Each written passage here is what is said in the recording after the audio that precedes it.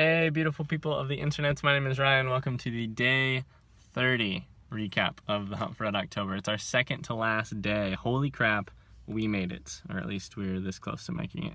Imagine if I didn't make a video tomorrow. That'd be the worst. Make it 30 days and then miss the 31st day. As I'm filming this, it's actually Halloween. So this is the last day of the challenge for me. I'm going to read today and then I'll update you tomorrow on how it went. I hope that you're doing okay still with the reading. I read 22 pages yesterday in Man's Search for Meaning. Let me grab it real quick, which is really good. I have something very quickly to say before we get into Man's Search for Meaning, though, which is that I know I go live a lot. We're doing one final celebration of the Hunt for Red October with my friend Sky, actually, the person who challenged me to do this, on Instagram tomorrow. So this would be November 1st. We're going to do it around lunchtime on the East Coast, so probably start paying attention around 11:30 on the East Coast, and we'll go live on his Instagram. So I'll have all of my details, all the details about that on my Instagram, which is at Ryan_Horner_. It'll be cool though. Unlike the live streams that I do on the YouTube channel, Sky will actually be present, and it'll be really interesting to get a second opinion on and kind of check in with him on how the Hunt for Red October went. So wanted to get that out of the way really quickly and check in tomorrow around 11:30 or so East Coast time, Eastern Standard Time. On Instagram to hang out with us for a little bit. So anyways, Man's Search for Meaning is going really well. Today, actually, I'm going to finish this freaking thing because that will be my last book for the Hunt for Red October. It's been a challenge to make videos every day, I'll be honest. But it has been amazing to have some necessary forward momentum kind of just pushing you forward.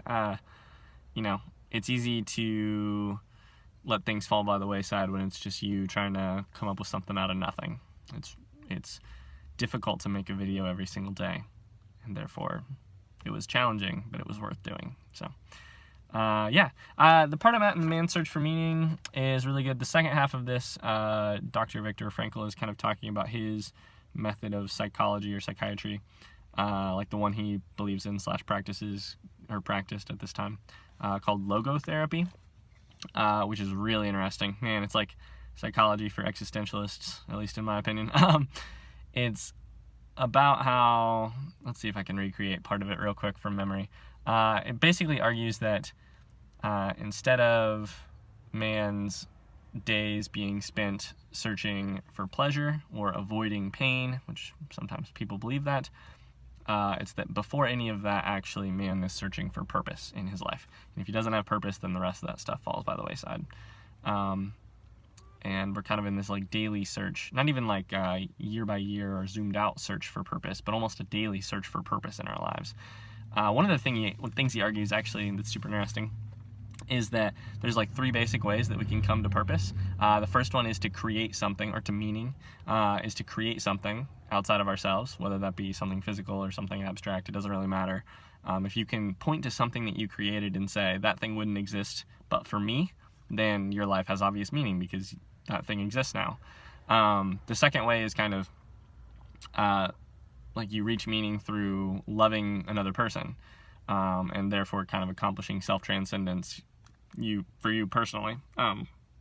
Basically, you can point to someone out in the world who is better off for your having loved them as a meaning for your existence mattering. Both of those are pretty obvious, right? Like, I mean, when you think about it, those are pretty obvious, but I like them a lot. And then the third one, which is kind of the main focus of this book, being about concentration camps and life in a concentration camp, is about getting to meaning through suffering. So when the other 2 chances for getting meaning in your life fall away, there's still this one, he argues that there's still this one opportunity to create meaning, which is to bear the suffering that is placed upon you in a worthwhile way. You could have handled it in a worse way, and instead, if you handle it in a more great or worthwhile way, then you can again point to how you handled it and say, my life has meaning.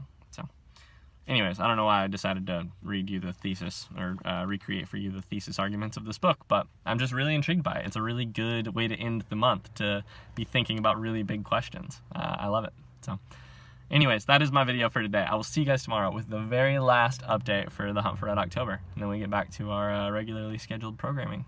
So All right, I will see you guys tomorrow. Best wishes.